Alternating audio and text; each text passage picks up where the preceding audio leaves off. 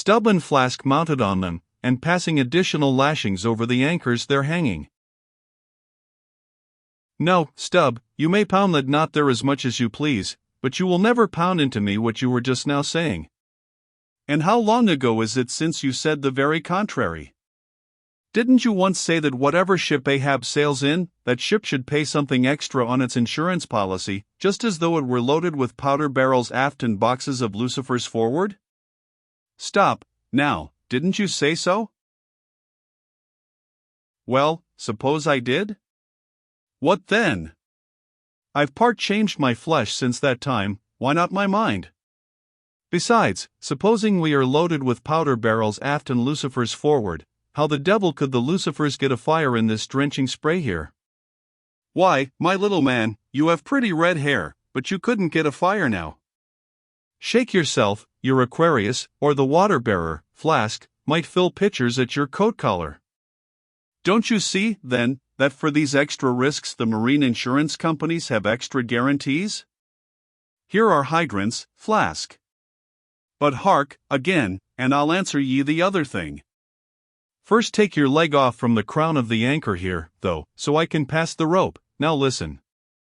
What's the mighty difference between holding a mast's lightning rod in the storm, and standing close by a mast that hasn't got any lightning rod at all in a storm?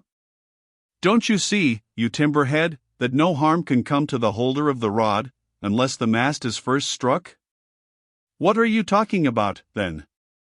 Not one ship in 100 carries rods, and Ahab, man, and all of us, were in no more danger then, in my poor opinion, than all the crews in 10,000 ships now sailing the seas. Why, you kingpost, I suppose you would have every man in the world go about with a small lightning rod running up the corner of his hat, like a militia officer's skewered feather, and trailing behind like his sash. Why don't ye be sensible, Flask? It's easy to be sensible, why don't ye, then? Any man with half an eye can be sensible." "I don't know that, Stubb. You sometimes find it rather hard." "Yes, when a fellow's soaked through, it's hard to be sensible, that's a fact.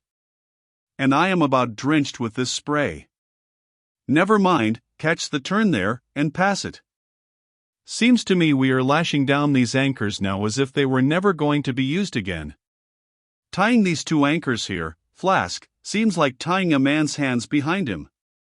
And what big generous hands they are, to be sure. These are your iron fists, hey? What a hold they have, too. I wonder, Flask, whether the world is anchored anywhere. If she is, she swings with an uncommon long cable, though. There, hammer that knot down, and we've done.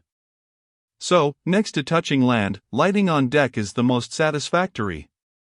I say, just wring out my jacket skirts, will ye? Thank ye.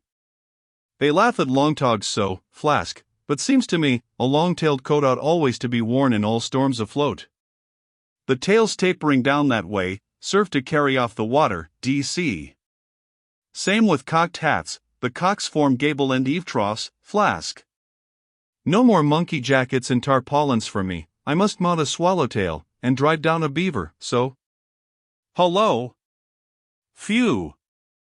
There goes my tarpaulin overboard, Lord, that the winds that come from heaven should be so unmannerly.